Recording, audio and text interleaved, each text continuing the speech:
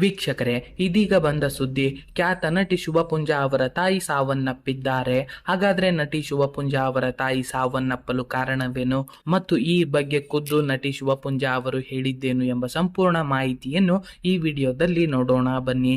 ಅದಕ್ಕೂ ಮುನ್ನ ನಿಮಗೂ ಕೂಡ ನಟಿ ಶುಭಪುಂಜಾ ಅವರ ನಟನೆ ಇಷ್ಟ ಅನ್ನೋದಾದ್ರೆ ತಪ್ಪದೆ ಈ ವಿಡಿಯೋನ ಲೈಕ್ ಮಾಡಿ, ಹಾಗೆ ನಮ್ಮ ಚಾನಲ್ ಅನ್ನು ಸಬ್ಸ್ಕ್ರೈಬ್ ಮಾಡಿ ನಮ್ಮನ್ನು ಬೆಂಬಲಿಸಿ.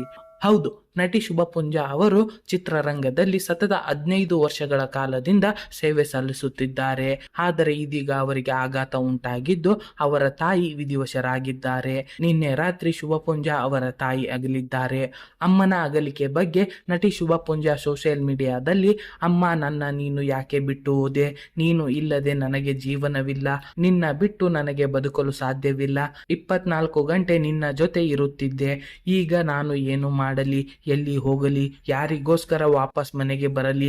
ನೀನು ನನ್ನ ಯಾಕೆ ಬಿಟ್ಟು ಹೋದೆ ಎಂದು ಭಾವನಾತ್ಮಕವಾಗಿ ಪೋಸ್ಟ್ ಅನ್ನು ಬರೆದುಕೊಂಡಿದ್ದಾರೆ. ಜೊತೆಗೆ ನಟಿ ಶುಭಪುಂಜಾ ಅವರ ತಾಯಿಯ ಆತ್ಮಕ್ಕೆ ಗಣ್ಯರು ಕೂಡ ಸಂತಾಪ ಸೂಚಿಸುತ್ತಿದ್ದಾರೆ. ನೀವು ಕೂಡ ಇವರ ಆತ್ಮಕ್ಕೆ ಶಾಂತಿ ಕೋರಿ ಓಂ ಶಾಂತಿ ಎಂದು ಕಮೆಂಟ್ ಮಾಡಿ. ಧನ್ಯವಾದಗಳು.